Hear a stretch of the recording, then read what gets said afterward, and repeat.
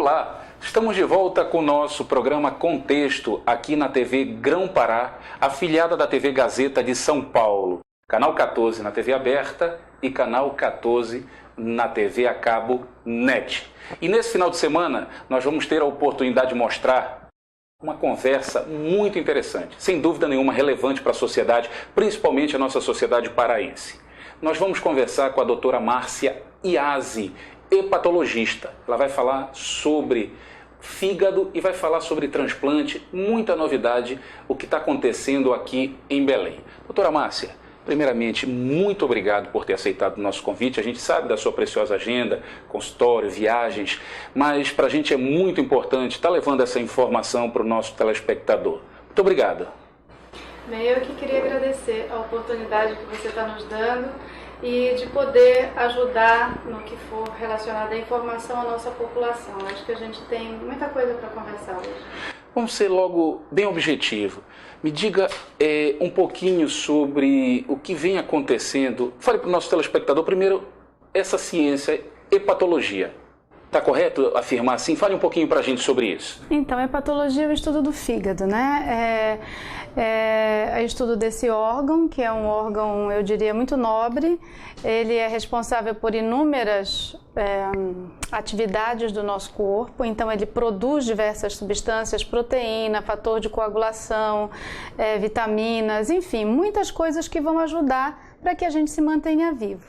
E quando ele está inflamado, aí vem as doenças. São diversas causas de doenças que levam à inflamação do fígado, que são as famosas hepatites. E daí vem as cirroses e tumor.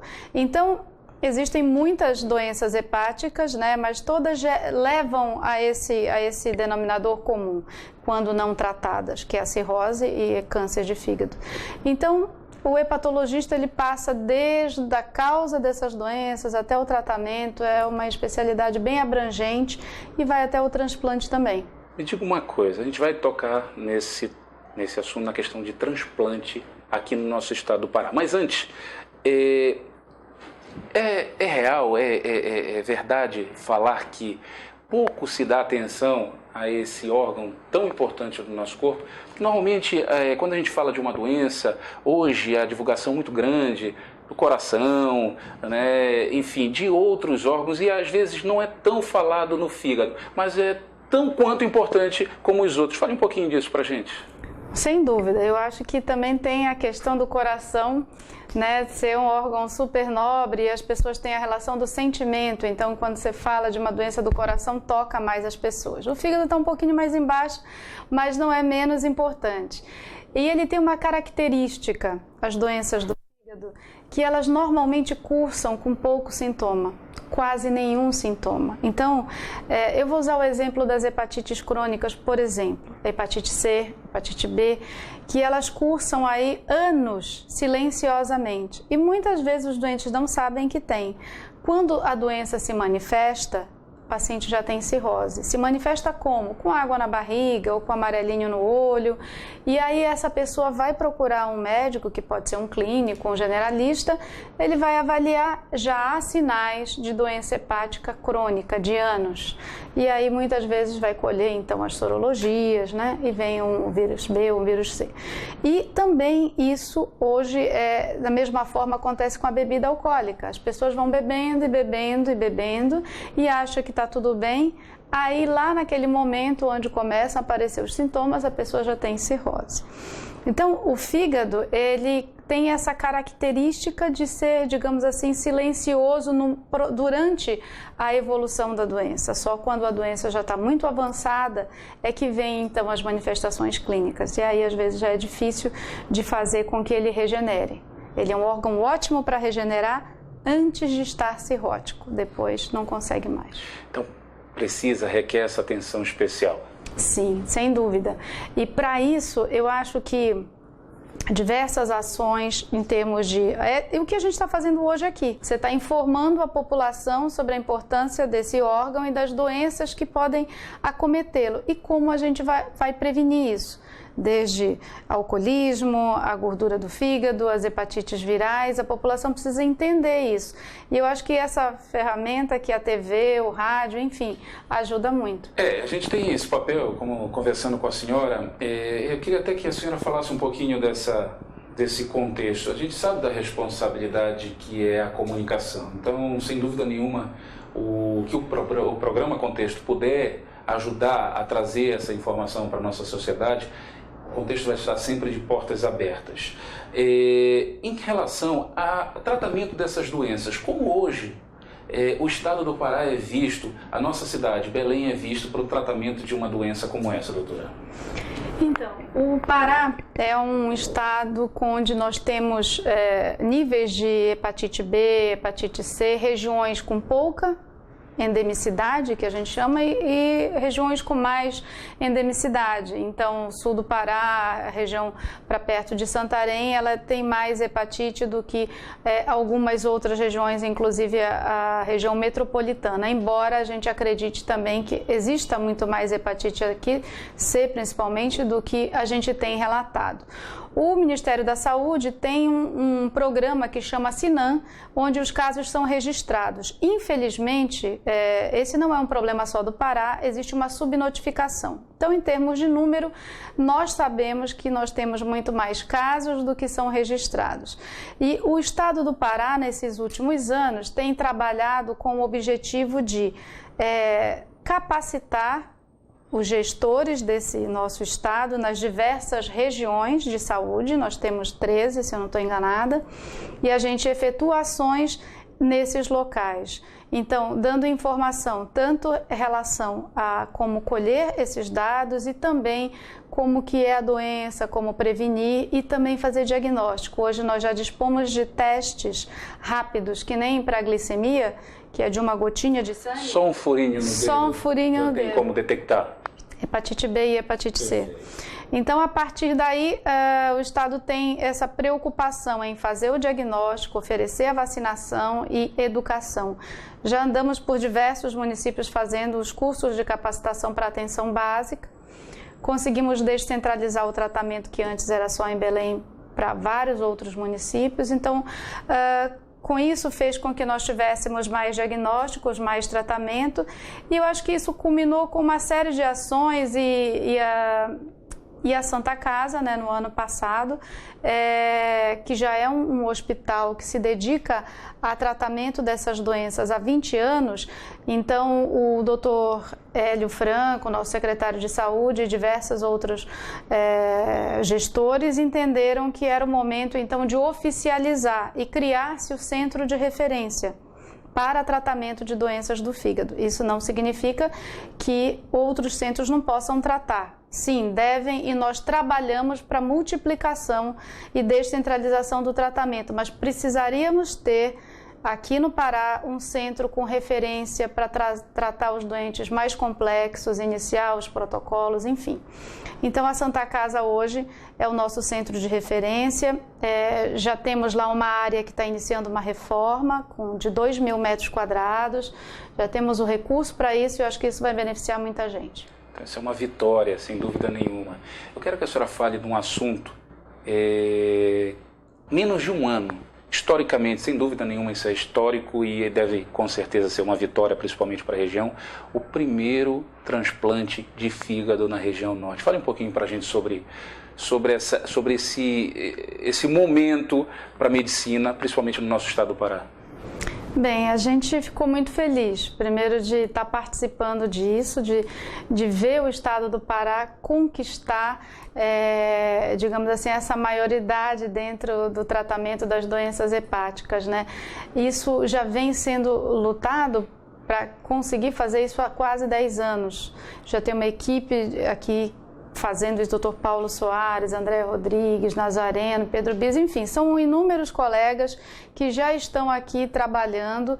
Nós já nos agregamos há 3 anos, a equipe, e conseguimos, junto com eles, criar a infraestrutura, isso não são os médicos, isso depende do entendimento do gestor, né, do entendimento dos diretores de cada hospital, a importância de que se agregue tecnologia, recurso humano para realizar um procedimento tão complexo. Por isso que não dá para começar amanhã um programa de transplante de fígado. Esse processo todo, nesse andamento todo, o que se pode agregar de valores para uma sociedade, principalmente a nossa sociedade paraense? Eu acho que muita coisa. Primeiro que acho que tenho orgulho de ter esse tipo de procedimento de alta complexidade no nosso estado, né? A gente sabe que para chegar aí, eu estava conversando um pouquinho com você antes, que a gente fala que é um tsunami de tecnologia e conhecimento. Quando você tem um transplante, não só fígado, mas o rim também, que você vai iniciar, há um ganho de tecnologia, enfim, e de recurso e capacitação profissional para que você chegue ao transplante. Então, hoje, o nosso doente, nós estamos começando o programa, né, e isso vai ser com certeza implementado para oferecer esse tratamento a muito mais gente, mas ele precisa sair daqui. Sair e ir para um estado que muitas vezes não tem nada a ver com a sua cultura, que ele não tem nenhum parente, para fazer um tratamento de alta complexidade. Esse custo social não tem como você quantificar. Não dá para mensurar, né? É imensurável. Perfeito. Ele sai, se expõe a frio, é comida diferente. O nosso caboclo, ele gosta de ficar aqui como longe qualquer um de nós, né? Quer ser tratado e ter apoio da família. Então é isso que a gente quer, que essas pessoas sejam tratadas aqui, que a gente consiga oferecer mais tratamento, e é por isso que a gente tem lutado. A despeito de todos os entraves burocráticos que possam acontecer, estejam acontecendo ainda, mas com certeza isso já se resolveu. Em breve a gente vai poder oferecer esse tratamento a muito mais gente, porque o Pará não só precisa, como merece. Sem dúvida nenhuma, e a gente fica feliz de ver, né, esse tipo de situação diferenciada na nossa região, porque normalmente, como a senhora falou, a gente lê, ouve o que vem acontecendo em outros estados, né? E aqui a gente, quando tem a oportunidade de que isso aconteça aqui dentro da nossa região, há um ganho muito grande, tanto para a sociedade, tanto como enriquecimento, como a senhora falou, cultural, enfim. Então, eu queria que a senhora falasse também para a gente, doutora, a partir desse primeiro transplante, esse foi o pontapé inicial, a senhora nos permite usar esse termo. Como é que está esse andamento daqui para frente aqui no nosso estado? Então, nós temos lá o Centro de Referência Santa Casa, onde a gente faz o ambulatório.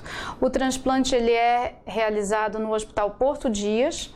Tá? Então, a partir do momento que o doente é incluído em lista de espera, ele vai ser feito no Hospital Porto Dias, que é um hospital privado, mas que foi feito esta parceria, porque é um hospital que tinha condições técnicas de infraestrutura para realizar esse procedimento, enquanto o Estado, na realidade, adequa as suas infraestrutura para que futuramente volte à rede pública, né? Mas, enfim... Então, por isso que se realizou num hospital privado. Isso chama parceria público-privada. Isso já acontece em outros estados, São Paulo, perfeito. Rio de Janeiro, e funciona muito bem, diga-se de funciona passagem. muito bem. Então, o importante para nós é oferecer o tratamento e fazer com que esse doente seja tratado aqui. Então, o que agora, atualmente, como eu comentei, está sendo finalizando, é o processo burocrático aí do andamento de algumas questões no município, mas eu acho que isso já está resolvido. Sem dúvida nenhuma, a gente espera muito por isso. Eu quero que a senhora fale agora para o nosso telespectador, são passos. A gente falou do transplante, né, o primeiro transplante, e eu quero que a senhora fale um pouquinho para a gente sobre o banco social. A senhora vai explicar para a gente o que é esse banco social, que agora o nosso telespectador vai entender também, para esse transplantado, né, como é que outras pessoas podem vir a receber um órgão, no caso, um fígado, para ser transplantado aqui em Belém. Fala um pouquinho desse banco social para a gente, o que é o banco social? Bem, o Banco Social de Doação de Órgãos e Transplantes, ele é uma iniciativa da FIEPA, do Conselho de Responsabilidade Social, que nos convidou para, digamos assim, desenvolver esse projeto. Então, porque o Pará, nós temos números de transplante inferiores aos dos demais estados, né? Quando você olha o Brasil como um todo, o Brasil é o primeiro país em número de transplantes, quando a gente leva em consideração o nosso PIB, e o segundo em número absoluto de transplantes. Então, nós temos um programa super bacana no Brasil que funciona. Mas isso não se desenvolveu de uma maneira homogênea no país todo. País, né? E, então, a região amazônica e o centro-oeste têm dificuldades. Bem, não adianta a gente trabalhar só o transplante, tem que trabalhar a doação. Sem doação não há transplante. Não há transplante. Então, a FIEPA, vendo essa realidade, entendeu que devia criar um banco para que a gente pudesse educar, informar, captar recursos para melhorar a infraestrutura dos centros transplantadores e que a população entendesse esse processo de doação e transplante. Então, essa é a nossa missão, digamos assim. E uma missão muito bonita, diga-se de passagem. Me diga uma coisa. Qual foi a maior dificuldade? Qual está sendo a maior dificuldade? Que a gente vem acompanhando nacionalmente, vou até dar um exemplo bem recente, o próprio filho de um cantor famoso, Erasmo Carlos, veio a falecer e a família, num depoimento numa emissora em rede nacional, mostrou que foi mais pelo lado humano, de saber que ali estava sendo doado um pouco do filho, um pedaço de um filho para uma próxima pessoa. E isso, então, a gente está percebendo que é mais o lado emocional. E o lado... qual é a maior dificuldade hoje nesse banco de dados? Mostrar para o cidadão, comprovar para o cidadão que ali ele pode estar salvando uma vida, né? Ali pode ter uma continuidade, porque está comprovado que muitos, quando são doadores de órgão, a grande maioria do corpo ainda está em funcionamento, existe uma morte, mas ainda grande parte do corpo, os órgãos ainda estão ali vivos e aquilo ali pode vir salvar uma pessoa. Qual é a maior dificuldade hoje aqui em Belém, aqui no estado do Pará, que vocês vêm encontrando, doutora Márcia? Bem, eu acho que uma delas você já está ajudando, né? Nos dando oportunidade de estar aqui. Chama informação. A população tem que entender e que a gente vai dar oportunidade dessas pessoas terem uma vida mais digna. Então, a nossa maior dificuldade hoje é que a população entenda e doe. Nós temos um índice de recusa familiar maior do que 40%, e eu tenho certeza que isso acontece porque a população não sabe, não conhece o que é morte encefálica. A partir do momento que ela entende, é claro que não é tranquilo para uma família ser abordada no momento delicado, que é a perda de alguém que você ama, sobre doação de órgãos. Mas se ela já sabe que isso acontece, que é real, que faz parte da evolução de algumas doenças, e sabe a importância para a sociedade e que seu filho pode continuar vivo, é mais fácil doar. E contra fatos não argumentos. Nós temos até números, né, da ABTO, né, Associação Brasileira de Transplantes, de Doadores... Transplante de órgãos. Que em 2010 havia um número, 2011 houve uma crescente e 2012 caiu novamente o número de doadores. O que a senhora tem a falar desse crescimento e, posteriormente, uma queda no número desses doadores? Então, eu acho que a gente pode falar em dois pontos, porque nós temos o Brasil como um todo e depois eu queria falar um pouquinho do Pará. Quando você olha essa curva de crescimento do número de doadores efetivos por população, a gente sempre usa um número que é o número de doadores efetivos por milhão de habitantes, tá? Então, a meta do Brasil, aquilo que a gente quer é chegar que nem a Espanha, 36 por milhão. Nós estamos com 13 atualmente, mas tem estados que já captam 22, 27. O Pará não é o nosso caso. Então, assim, por isso que precisa desse tipo de ação, por isso que eu agradeço mais uma vez estar aqui, a população precisa entender que nós saímos de 0,2 por milhão em 0,2 por milhão. E com algumas ações, isso foi para 3,4.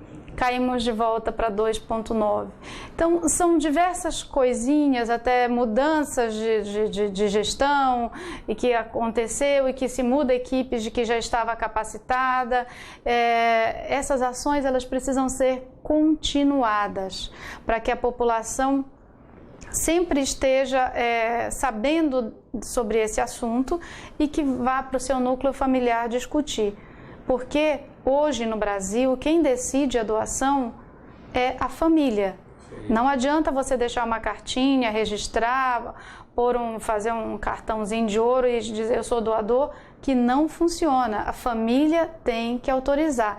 E se a família sabe que você queria doar, que você é uma pessoa que sempre falava, olha gente, quando eu morrer eu quero doar meus órgãos, ela vai fazer isso com segurança, porque vai estar fazendo uma vontade do ente querido. Entendeu? Então, o Brasil subiu e isso aconteceu por diversas ações do Ministério, educação, criação de legislação e fomento para que chegasse onde a gente chegou. O Pará ainda precisa melhorar. E o Banco Social é uma dessas ferramentas para isso, para esse crescimento desses números? Então, o Banco Social ele não é do governo, mas ele apoia o governo e todas as ações que se referem à doação de órgãos e transplantes, principalmente educação, captação de recurso, para que a gente possa desenvolver mais transplantes na região. Então, o nosso papel é colaborar com a CNCDO, a Central Estadual de Notificação e Doação também, né? Mas a gente é livre para fazer diversas ações. Sem dúvida. E a senhora me permite um adendo nesse tema. Até onde a senhora mesmo citou, a gente está vendo que contra fatos no argumento. Precisa a iniciativa privada, a iniciativa pública estar de mão dadas. Uma iniciativa nobre da Federação da Indústria do Estado do Pará, em parceria, né, com vários segmentos aí para que isso possa acontecer, para que isso possa fluir. E, como a senhora falou, que não haja interrupções, né? Que seja contínuo, né? Porque quando a gente vê uma ação dessa, e no caso de 2011, um crescimento, devido às ações que vieram fazer esse crescimento, e depois há um passo atrás, isso é até frustrante, chega a ser até frustrante, né, para real situação que o Brasil, principalmente o estado do Pará, vive também. Quais são os trabalhos desenvolvidos, onde fica? Fale um pouquinho mais para a gente sobre isso. Então, a gente tem um ano, né, que é quase um ano que a FIEPA lançou, então a gente vem desenvolvendo cursos de capacitação, inicialmente dentro dos núcleos da FIEPA, mas já fizemos isso para outros segmentos. Recentemente a gente fez um curso na FIEPA para enfermeiros, psicólogos, assistentes sociais. O que é esse curso, né? Na realidade é de sensibilização. A gente tem palestras sobre como que está a situação de transplantes no Brasil, como que é o diagnóstico de morte encefálica. E isso foi muito interessante. Nessa sexta-feira à tarde ficou lotado, né? As pessoas todas participaram e a resposta, muitas pessoas ali depois comentaram o seguinte, olha, antes eu não era doador, ou eu tinha dúvida desse diagnóstico, então agora eu entendo que se meu coração está batendo ainda, mas que se o cérebro está morto, a pessoa está morta, porque existe muita dificuldade no entendimento por causa da questão do coração, que é o centro do sentimento, então se ele está batendo, a pessoa está viva. E na realidade, o coração ele tem um automatismo próprio. Então, quando a pessoa está em morte encefálica, ou seja, está morta, o coração pode bater por algumas horas. Perfeito. E é nesse momento que precisam ser retirados órgãos para que eles ainda viáveis sejam aproveitados para outra pessoa. Entendeu? Agora é interessante que a senhora fala pessoas do meio, né? Do meio. Que participaram e tinham uma opinião antes e posteriormente uma outra opinião. Então a gente fica se perguntando, imagina a nossa população leiga, né? Exatamente. E a senhora me permite, quando diga leiga, eu também me coloco nessa situação. Também quero dizer para o nosso telespectador que muitas informações que a doutora Márcia Yazzi vem nos passando serve para mim também, serve para você. Doutora Márcia, aonde está funcionando? Tem algum site? Tem algum telefone? Porque além da questão da doação, com certeza o Banco Social também precisa de pessoas para trabalharem. Né? Pessoas que queiram participar, pessoas que queiram contribuir com o trabalho, enfim, tá junto desse trabalho. O que preciso fazer, doutora Márcia Yazzi? Então, hoje nós estamos com alguns projetos. Então, o nosso projeto, eu diria, inicial agora que a gente está centrando maior atenção são nesses cursos de sensibilização e capacitação em todos os níveis. Então, se alguma empresa quiser que a gente faça essas palestras sobre sensibilização e importância da doação de órgãos, eu vou deixar o e-mail com a produção, vou ler ali, doiórgãos, você me permite, doiórgãos.pa@gmail.com, e aí lá as pessoas podem solicitar, desde palestras, ou se quiser trabalhar conosco, olha, eu sou da área, ou não sou da área médica, nem paramédica, mas eu gostaria de entender melhor sobre esse assunto, eu tenho uma empresa, eu posso ser multiplicador, então nós capacitamos para que essa pessoa sensibilize outros grupos. Nós precisamos de pessoas que ajudem a divulgar essa cultura da importância de doação de órgãos. As pessoas podem doar também equipamentos, fazer doação financeira, porque o objetivo do banco também é captar recursos para que a gente melhore o transplante, então a gente precisa, às vezes, de equipamentos. É só solicitar ou informar como pode ajudar através desse e-mail que eu passei, então a gente formata, tem uma resposta e a gente com certeza vai entrar em contato com quem queira ajudar. Doutora Márcia Iasi, a gente só tem a lhe agradecer e colocar novamente, a hora que a senhora precisar, o programa Contexto, né, que o nosso objetivo é esse, levar informação para o nosso telespectador, né, levar essa comunicação humanizada ao nosso telespectador, que ele esteja bem próximo da gente, conversando, interagindo, e esse trabalho não deixa nenhuma dúvida de um trabalho humano que vocês vêm fazendo aí no dia a dia, no silêncio, mas com silêncio, que eu digo, com resultados grandiosos, né? Então a gente fica feliz de abrir esse espaço, lhe agradecer profundamente, e a gente quer que a senhora deixe as suas considerações finais ao nosso telespectador. Bem, eu acho que nós estamos aqui hoje por dois motivos, né? Por conta do fígado e por conta também das consequências que as doenças hepáticas dão. Eu acho que a nossa função é tentar esclarecer a população para que ela possa prevenir as doenças que levam à cirrose e ao câncer de fígado. E queria agradecer a você essa oportunidade. Não é sempre que a gente tem um espaço, 30 minutos na televisão é muita coisa. Agradeço em nome da FIEPA, do Banco Social, do Grupo Amazônia Transplante, que eu faço parte, e da Santa Casa, que são as instituições vinculadas e que têm nos ajudado muito, além da coordenação estadual de hepatite, que eu faço parte. Obrigada. A gente quer agradecer imensamente a doutora Márcia Iasi pela sua presença aqui no programa Contexto. Lembrando você que a gente tem um compromisso todo final de semana aqui na TV Grão Pará, afiliada da TV Gazeta São Paulo, Canal 14 TV aberta e Canal 14 na TV a cabo NET. Portanto, o convite está feito. Todo final de semana, programa Contexto.